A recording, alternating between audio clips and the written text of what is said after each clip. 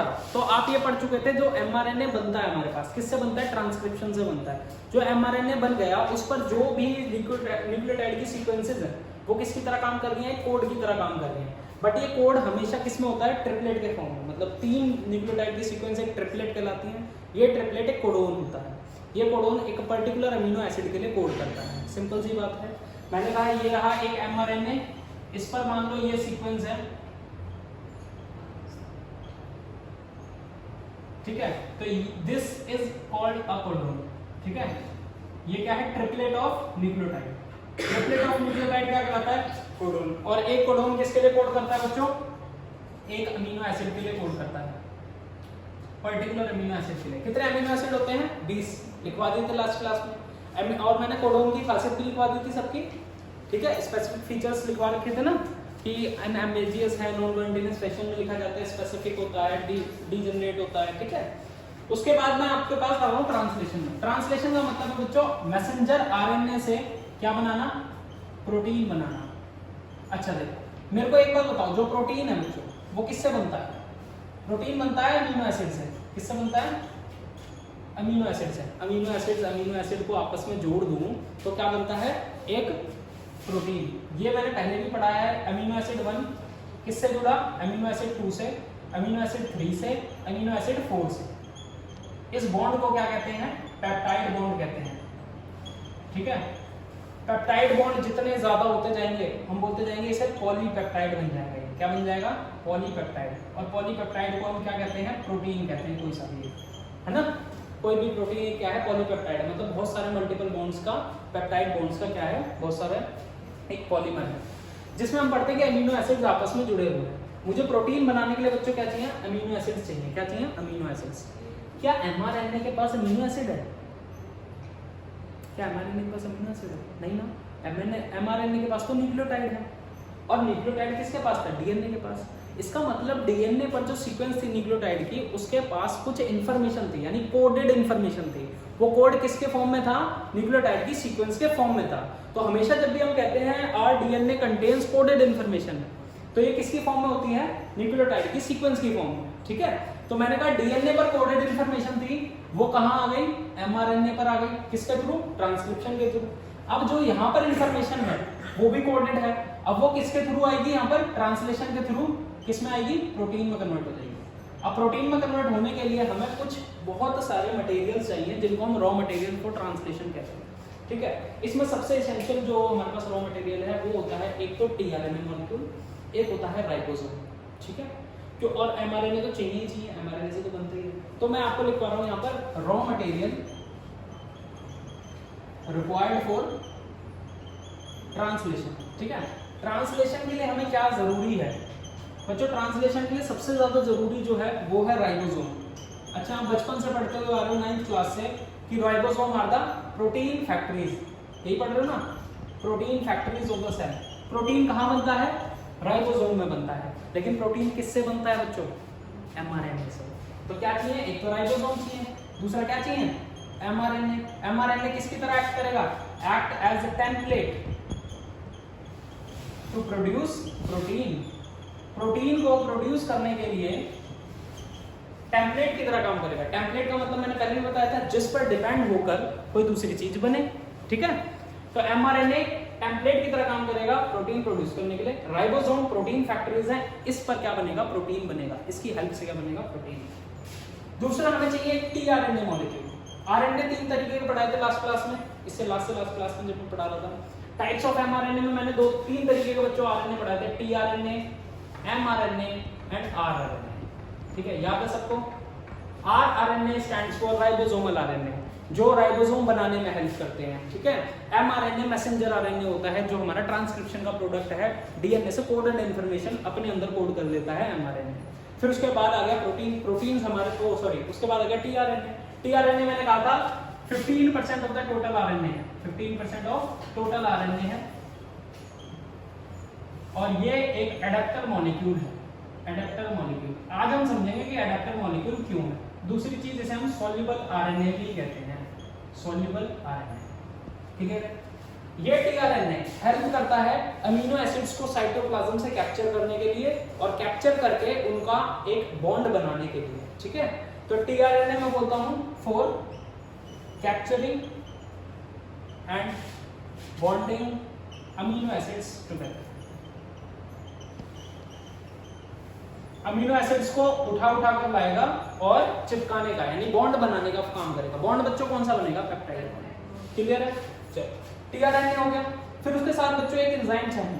Enzyme क्या चाहिए? Enzyme चाहिए अमीनो एसाइल टीआरएनए सिंथेटेज। नाम याद होना चाहिए, अमीनो एसाइल टीआरएनए सिंथेटेज, ये एंजाइम चाहिए। तो ये ऐसे 4 मटेरियल्स हैं जो हमें एसेंशियल है प्रोटीन प्रोड्यूस करने के लिए। क्लियर है? दूसरी चीज बच्चों, लोकेशन अगर आपसे पूछ ली जाए तो लोकेशन कहाँ होगी? आप इससे पहले समझेंगे डीएनए से डीएनए बना रेप्लिकेशन से, डीएनए से क्या बना? एमआरएनए। किससे बना? ट्रांसक्रिप्शन से। ये कहाँ पर हुई? न्यूक्लियस में हुई। प्रोकैरियोट में कहाँ हुई? साइटोप्लाज्म में। ये प्रोसेस कहाँ पर होती है? Translation in both prokaryotic and eukaryotic cell. कहाँ होगी? साइटोप्लाज्म में। ठीक है, तो ये लोकेशन आ जाएगी साइटोप्लाज्म। इसलिए एमआरएनए को जैसे ही एमआरएनए बन जाता है, एमआरएनए सबसे पहले यूकैरियोटिक सेल में एचएनआरएनए बना, हेटेरोजेनियस आरएनए। उसके बाद उसकी कैपिंग एंड टेलिंग प्रोसेस हुई जिसको आप पोस्ट ट्रांसक्रिप्शनल मॉडिफिकेशन, ठीक है, शॉर्ट में आप कहते हैं स्प्लाइसिंग हुई। स्प्लाइसिंग होने के बाद वो एक फंक्शनल एमआरएनए बन गया और फिर उसको क्या कर दिया गया? न्यूक्लियस से बाहर ट्रांसपोर्ट कर दिया गया। न्यूक्लियस से बाहर ट्रांसपोर्ट होते ही वो कहाँ पर आया? राइबोसोम के पास, और राइबोसोम ने क्या कर दिया? प्रोटीन बना दिया। क्लियर है ये बात? कैसे बनाया? मशीनरी हम आगे पढ़ेंगे अगली क्लास में। मतलब राइबोसोम की बात करें तो राइबोसोम आपको पता है प्रोकैरियोट में कैसा होता है? 70s, और यूकैरियोटिक में कैसा होता है? 80s, है ना? आपको पता है राइबोसोम किससे बनता है बच्चों? 2 सब यूनिट से बनता है। ठीक है, 2 सब यूनिट से बनता है, एक लार्जर सब यूनिट और एक स्मॉलर सब यूनिट। ठीक है, एक लार्जर सब यूनिट और एक स्मॉलर सब यूनिट। अगर मैं लार्जर सब यूनिट को ऐसे बना दूंगा, तो देखो ऐसे, ये मैंने बना ली स्मॉलर सब, लार्जर सब यूनिट, और ये मैंने बना ली स्मॉलर सब यूनिट। क्लियर है? मैंने कहा ये स्मॉलर है और ये ऊपर वाली कैसी है? लार्जर सब यूनिट। तो लार्जर और स्मॉलर सब यूनिट का भी क्या होता है बच्चों? सेडिमेंटेशन कोएफिशिएंट अलग अलग होता है। अगर मैं 70s की बात करूं तो 70s में ये 50s होता है लार्जर सब यूनिट, और ये जो छोटा है वो 30s होता है। ठीक है, लार्जर सब यूनिट 50s की और स्मॉलर सब यूनिट 30s की। ऐसे ही अगर मैं बच्चों बनाना चाहूँ 80s, तो 80s में मेरे को कैसा दिखेगा? 60s and 40s। This is smaller and this is larger, and overall this is 80s ribosome. Clear है ये बात? अब देखो 2 यूनिट्स हैं, ज्यादातर ऑलमोस्ट या mostly the sub unit are exist, या फिर मैं बोलूं sub unit exist freely in cytoplasm. ठीक है, अभी ये फ्री होती है, जनरली ये कैसी होती है? फ्री होती है। स्मॉलर सब यूनिट, लार्जर सब यूनिट अलग है। जब इन्हें ट्रांसलेशन परफॉर्म करना है तो ये साथ में आ जाती हैं, साथ में आने के बाद राइबोसोम फॉर्म करती हैं।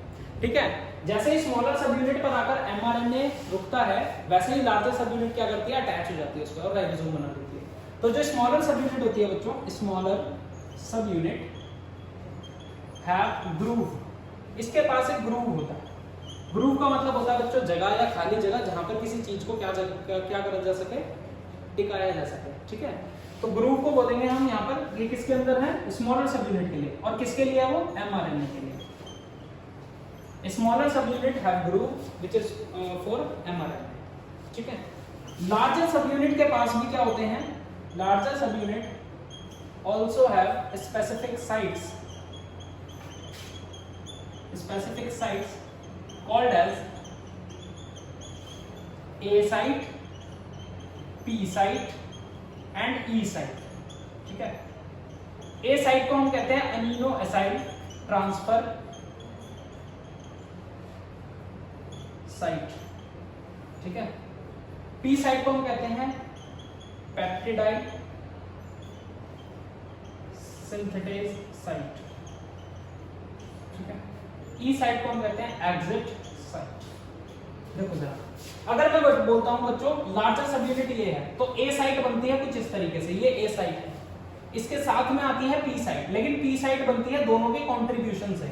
लार्जर सब यूनिट और स्मॉलर सब यूनिट जब दोनों मिल जाती है तो पी साइट जब बनती है, ठीक है। लेकिन ए साइट हमारे पास पहले से मौजूद है, किसके अंदर, लार्जर सब यूनिट के अंदर। तो आपको अगर पूछा जाए तो आप बोलोगे ए साइट जो है ये बनती है ओनली लार्जर सब यूनिट से, ये बनती है both larger and smaller sub unit से, ठीक है, ये बनती है ओनली लार्जर सब यूनिट से, ठीक है। जितने क्वेश्चन कवर हो सकते हैं मैं सारे क्वेश्चन एक बार में कवर करा, ठीक है।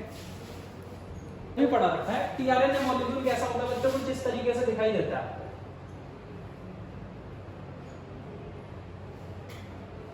ठीक है।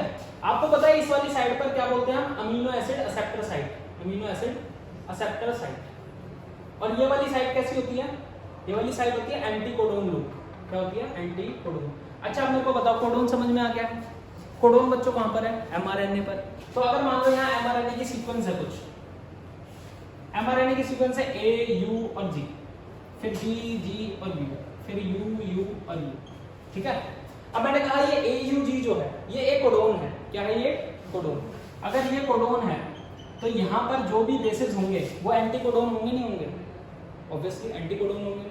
तो इसका मतलब इसके कॉम्प्लीमेंट्री बेसिस क्या हो सकते हैं आरएनए पर, ए का उल्टा बच्चों यू होगा, यू का उल्टा ए होगा, जी का उल्टा सी होगा, तो U A C, A you जी का एंटी कोडोन हो गया।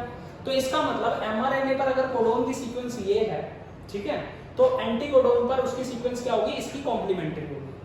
फिर दूसरी चीज, जो सीक्वेंस यहाँ पर है एमआरएनए पर कोडोन की सीक्वेंस है ये एयूजी है। अच्छा आपको अच्छे से पता है AUG is a start codon and it is also code for methylene. ये क्या किसके लिए कोड करता है बच्चों, मिथाइलिन के लिए कोड करता है। अगर मिथाइलिन के लिए कोड करता है तो टीआरएनए जो है यहाँ पर कौन सा अमीनो एसिड बाइंड कराएगा, मिथाइलिन। कौन सा अमीनो एसिड बाइंड कराएगा, मिथाइलिन। इसका मतलब ये जो टीआरएनएस होते हैं ये स्पेसिफिक होते हैं, स्पेसिफिक का मतलब एक अमीनो एसिड के लिए एक टीआरएनए मॉलिक्यूल है, उस पर स्पेसिफिक ही क्या है, एंटीकोडोन है, specific anticodon and they are specific for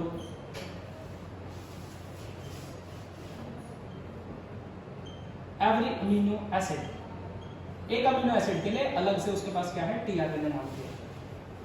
एक अमीनो एसिड यहाँ चिपकेगा, अगर यहाँ पर बाइंड होगा तो उसके लिए एंटीकोडोन लूप भी डिफरेंट होगा बच्चों, है ना, और यहाँ पर कोडोन भी डिफरेंट होगा। तो जो कोडोन यहाँ पर होगा उसके अपोजिट कॉम्प्लीमेंट्री एंटीकोडोन यहाँ होगा, और जो एंटीकोडोन यहाँ से कॉम्प्लीमेंट्री आ रहा है उसी को जिसके लिए कोड कर रहा है वही वाला अमीनो एसिड यहाँ जाएगा। तो जेनेटिक कोड में आपने पढ़ा था ना, जैसे ट्रिपल यू है, ट्रिपल यू किसके लिए कोड करता है, फिनाइल एलेनिन के लिए करता है। अब जहां पर ट्रिपल यू आ गया, ये रहा ट्रिपल यू, ये देखो ये ट्रिपल यू आ गया, जब यहाँ पर टीआरएनए बच्चों आएगा तो टीआरएनए आया, मान लो ये आ गया टीआरएनए, ठीक है, ये उसकी एंटीकोडोन साइट है। एंटीकोडोन पे क्या होगा, ए और ए, क्लियर है। और यहाँ पर उसके पास कौन बाइंड होगा, कौन बाइंड होगा बच्चों, फिनाइल एलेनिन, एलेनिन, आता ही समझ, ठीक है।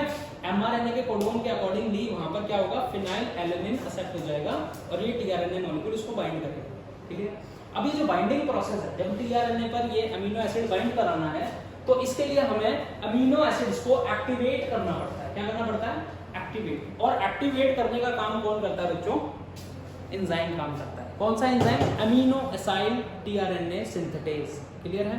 अब देखो कैसे करेंगे हम उसको, यहाँ से टीआरएनए समझ में आ गया। अच्छा टीआरएनए पिछली क्लासेस में पढ़ा चुका हूँ, 73 से 98 न्यूक्लियोटाइड की बेस सीक्वेंस का क्या है, एक आरएनए मॉलिक्यूल है, 50% ऑफ द टोटल आरएनए है, ठीक है। एडेप्टर मॉलिक्यूल है, सॉल्युबल आरएनए भी कहते हैं, अडेप्ट करने का काम करता है। यहाँ से अमीनो एसिड को अडेप्ट कर रहा है और एंटीकोडोन लूप से क्या कर रहा है, एडेप्टर की तरह फिक्स हो रहा है आरएनए पर, ठीक है। कैसे फिक्स हो रहा है, क्या हो रहा है, वो राइबोसोम्स के साथ सब कुछ बताएंगे।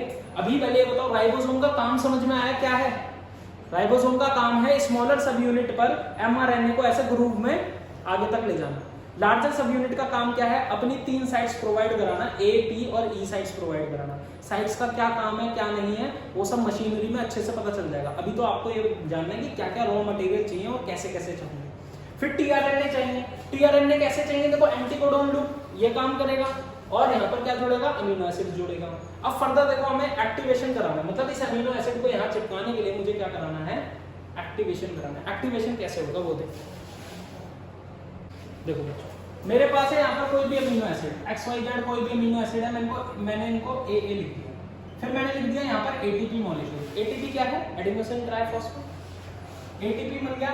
फिर मैंने लिख दिया एंजाइम। बच्चों एंजाइम क्या है, यहाँ पर एंजाइम का नाम है अमीनो एसाइल tRNA सिंथेटेज, ठीक है। इस प्रोसेस को हम बोल रहे हैं एक्टिवेशन ऑफ अमीनो एसिड। क्या बोल रहे हैं, activation of amino acid. Amino acid अभी इनएक्टिव फॉर्म में साइटोप्लाज्म में पड़े हुए हैं। एक्टिवेट कौन कर रहा है, एनर्जी के साथ एंजाइम कर रहा है। एंजाइम क्या करेगा, इसे एक्टिवेट करेगा और बना देगा AMP एंजाइम कॉम्प्लेक्स। ये बोलते हैं amino acid adenosine monophosphate enzyme complex. ये बन गया एंजाइम कॉम्प्लेक्स। बच्चों ये मोनोफॉस्फेट बन गया। मोनोफॉस्फेट बन गया तो मतलब दो क्या निकल गए, इनऑर्गेनिक फॉस्फेट निकल गए। तो मैंने PPI लिख दिया, दो इनऑर्गेनिक फॉस्फेट निकल गए, दो फॉस्फेट ग्रुप बाहर हो गए। क्लियर है। उसके बाद मैंने कहा ये हो गया एक्टिवेशन। अगला हो जाएगा चार्जिंग। चार्जिंग होती है tRNA, चार्जिंग ऑफ tRNA। अब tRNA को चार्ज किया जाएगा, किससे चार्ज किया जाएगा, अमीनो एसिड से। तो मैं यहां दूंगा ये AMP एंजाइम कॉम्प्लेक्स और इसके साथ tRNA मॉलिक्यूल जोड़ दूंगा, और tRNA मॉलिक्यूल जोड़ दूंगा तो मेरे पास बन जाएगा AA tRNA और साथ में AMP बाहर और PI बाहर, सॉरी एंजाइम बाहर। एंजाइम को रीयूज कर दिया जाएगा और यहां से मुझे क्या मिल गया बच्चों, ये मिल गया मेरे को अमीनो एसिड के साथ tRNA। यही चाहिए था। tRNA मॉलिक्यूल के साथ कौन जुड़ा हुआ है, अमीनो एसिड। ऐसे ही सारे अमीनो एसिड क्या कर दिए जाएंगे, चार्ज कर दिए जाएंगे।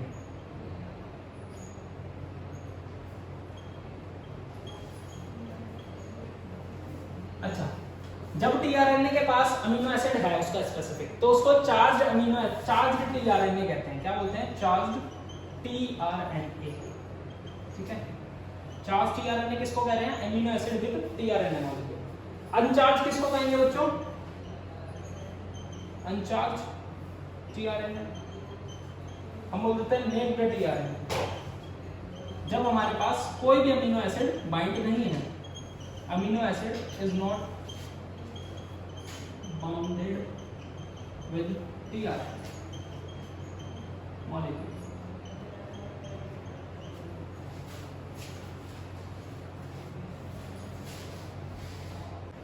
देखो मैं कहता हूं as soon as the smaller sub unit attaches with the mRNA, ठीक है, the translation process begins, process शुरुआत हो जाएगी। लेकिन अभी मैंने कोई लार्जर सब यूनिट इस पर अटैच नहीं कर दिया। जैसे ही mRNA स्मॉलर सब यूनिट के ग्रुप पर अटैच होता है, वैसे ही क्या आ जाती है, लार्जर सब यूनिट से अटैच होने आ जाती है। लार्जर सब यूनिट जैसे ही अटैच होती है तो क्या बन जाता है बच्चों, एक राइबोसोम बन जाता है। अब ये राइबोसोम क्या करता है, अपने अंदर से mRNA को पास कराता रहता है और एक तरफ से पॉलीपेप्टाइड निकालता रहता है, एक तरफ से क्या निकालता रहता है, tRNA मॉलिक्यूल, ठीक है। तो बात समझना, सबसे पहले स्टेप है इनिशिएशन।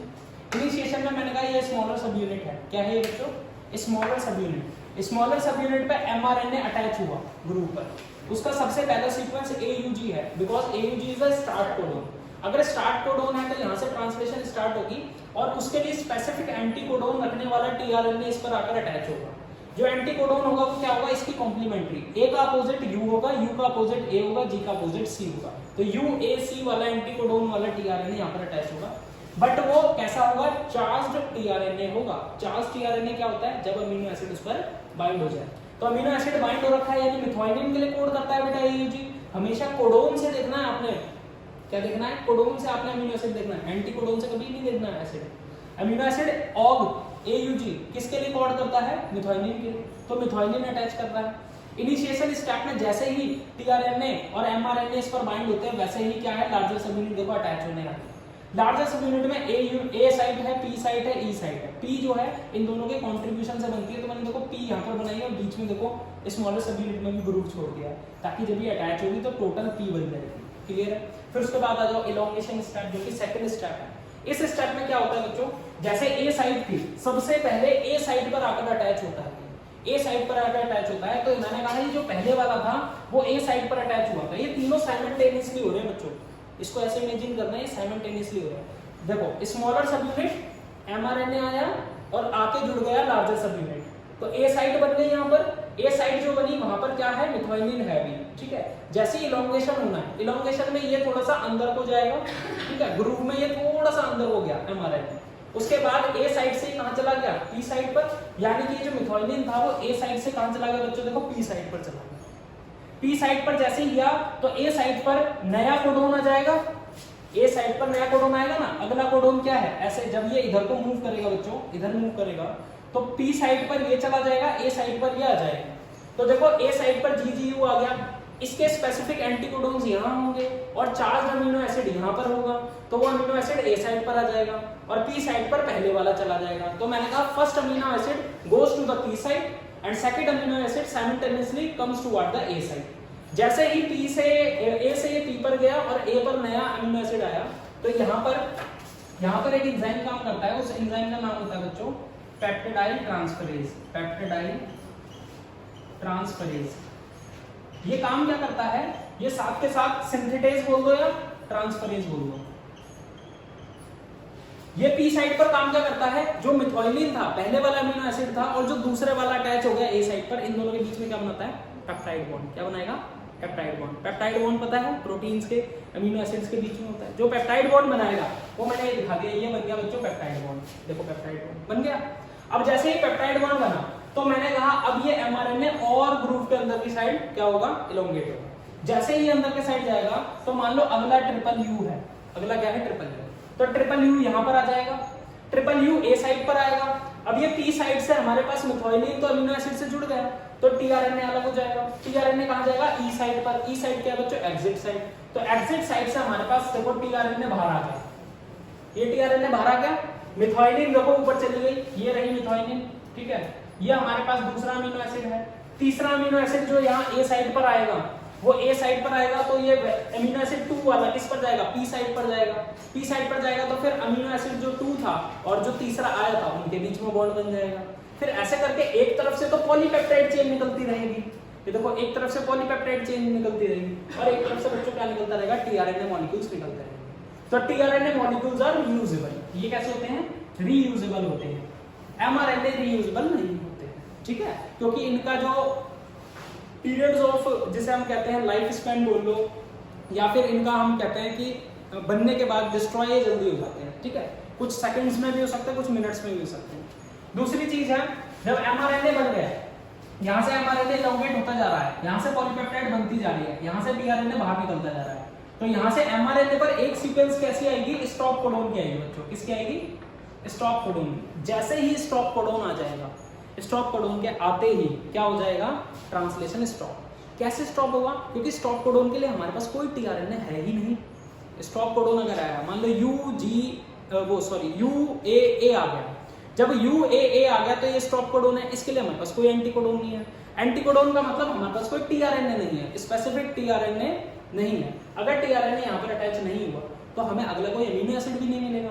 जैसे अमीनो एसिड नहीं मिला तो ये चेन यहीं के यहीं ब्रेक हो जाएगी, तो इसका मतलब पूरा पॉलीपेप्टाइड एक बन के निकल जाएगा। क्लियर है, तो इस तरीके से बनता है ट्रांसलेशन में पॉलीपेप्टाइड। तो कहीं बताओ मुझे, एमआरएनए ने खुद से दिया क्या अमीनो एसिड, नहीं दिया ना, उसने वो इन्फॉर्मेशन प्रोवाइड की कि आप अमीनो एसिड बनाओगे कैसे। मेरे ऊपर जो कोडोन्स हैं उन कोडोन्स पे आपने वर्क करना है और अमीनो एसिड को बाइंड करते जाना है। तो टीआरएनए बाइंड कर रहा है, कैप्चर कर रहा है, एक्टिवेट करके चार्ज कर रहा है अपने आप को, और उसके बाद क्या कर रहा है, यहाँ पर पॉलीपेप्टाइड की चेन बनवा रहा है। आपको सीक्वेंस याद रखनी है साइड्स की, वो ए है, फिर देन पी है, फिर देन ई है, ठीक है, ऐसे है, ठीक है। चलो।